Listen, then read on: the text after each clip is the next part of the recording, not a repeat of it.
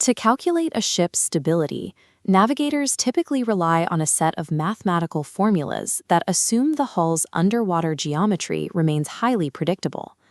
When a vessel heels at small angles, generally under 10 degrees, the center of buoyancy, labeled B, and the center of gravity, labeled G, shift slightly to create a short horizontal righting lever known as GZ.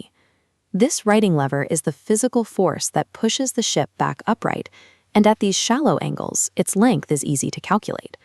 But when a massive wave rolls the ship to 30, 40, or 50 degrees, that predictable geometry breaks down. As the vessel heels over, the shape of the hull plunging underwater becomes highly asymmetrical compared to its upright state. Because the underwater volume changes so drastically at these extreme angles, the standard metacentric mathematical formulas used for small angle stability stop working. To predict whether a ship will survive these massive rolling forces without capsizing, mariners have to abandon those initial formulas and rely on specialized, pre-calculated architectural data provided directly by the shipyard. Instead of expecting a ship's officer to perform complex calculus every time they load cargo, naval architects supply a set of reference graphs called the cross curves of stability. This chart shows the cross curves of stability, plotting multiple lines representing different extreme angles of heel against displacement values on the horizontal axis. By finding the ship's current displacement tonnage, an officer can look up the corresponding righting lever, or GZ, for any large angle. There is a strict limitation to this data. The engineers who drafted these curves at the shipyard had no way to know exactly how heavy or how high the cargo would be loaded on future voyages. To generate the chart at all, the architects had to establish a baseline. They used an assumed kg, an estimated height for the ship's center of gravity, which in this case is exactly 9 meters above the keel. Before any voyage-specific stability calculations can begin, the chief officer must locate and extract this specific assumed kg value from the chart's legend. Because a fully loaded working ship will almost never have a center of gravity exactly matching that 9-meter baseline, the raw GZ values pulled from this chart are physically inaccurate for the current voyage. They must be mathematically corrected. The first correction scenario occurs when a ship is loaded in a way that pushes its actual center of gravity higher than the shipyard's assumed baseline, making the vessel more top-heavy. This diagram shows a cross-section of a heeling hull. With the assumed center of gravity located at point G, the vessel generates a specific horizontal righting lever, GZ.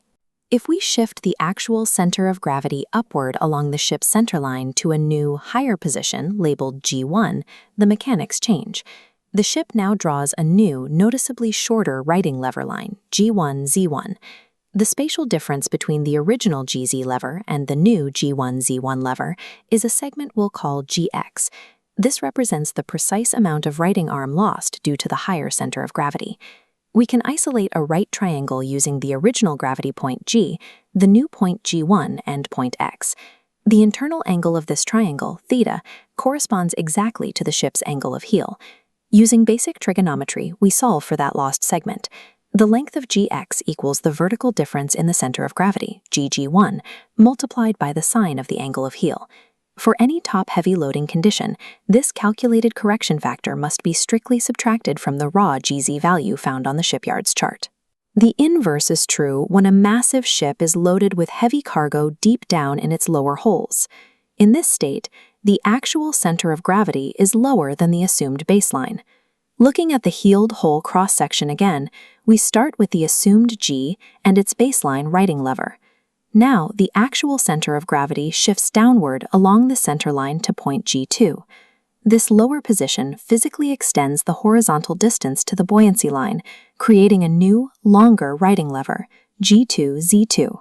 Relying on the exact same trigonometric geometry, the added segment of the righting arm, GY, is simply the downward difference in the center of gravity multiplied by the sine of the heel angle.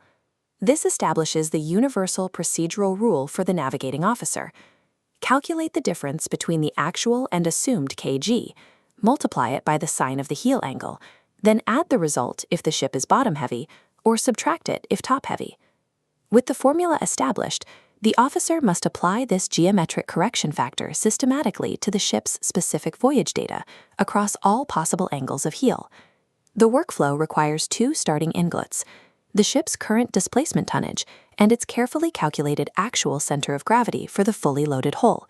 This table shows the stability calculation workflow. The officer first records the raw stability data, listed here as KN values, extracted directly from the cross curves for every angle from 5 degrees up to 90 degrees. Next, they calculate the trigonometric correction factor row by row. For example, at a 30-degree heel, they take the sine of 30 degrees and multiply it by the ship's actual center of gravity, calculating the precise correction factor for that specific angle. The final mathematical step is to combine the data. By subtracting the calculated correction factor from the raw chart value, the equation yields the final GZ. This completed column of corrected GZ values strips away the shipyard's assumptions.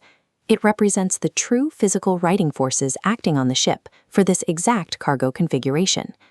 The numerical table provides the raw data, but to evaluate the ship's survivability at a glance, that final column of corrected GZ values is plotted onto a coordinate plane. This chart shows the plotted data. The horizontal x-axis tracks the angle of heel from 0 to 90 degrees, while the vertical y-axis measures the length of the righting lever in meters. The data points connect to form a smooth, bell-like arc. This resulting graph is the curve of statical stability. It serves as the definitive health monitor for the vessel out on the open ocean. From this curve, an officer extracts specific safety limits. The first is the range of stability. This is the continuous span of angles from 0 up to where the curve intersects the x-axis, where the righting lever remains positive and works to push the ship upright. At the far right of that range is the second metric, the angle of vanishing stability. If the ship rolls past this exact degree of heel, the righting lever drops to 0. The physical force inverts and a capsize becomes mathematically inevitable. The third metric is maximum GZ. Located at the absolute peak of the curve, this denotes the precise angle of heel where the ship's hull generates its strongest possible physical force to resist rolling. Beyond those upper limits, the physical shape of the curve also reveals precise structural events happening to the hull. The most critical of these is the point of deck edge immersion. This is the exact angle where the ship tilts far enough that its main deck plunges underwater. On the graph, it appears as the specific inflection point where the curve's initially steep upward slope begins to flatten out. Finally, the statical stability curve can be used retroactively. By analyzing the earliest part of the graph, navigators can verify the ship's initial metacentric height, or GM, which governs standard small-angle stability. To find this, we draw a straight tangent line originating from 0 degrees. We perfectly track the initial upward slope of the curve and extend that dashed line straight outward across the graph. Next, we project a vertical line upward from exactly 57.3 degrees on the x-axis, mathematically equivalent to 1 radian. Where that vertical line intersects our straight tangent, we look across to the y-axis. That specific height value is the ship's exact initial metacentric height.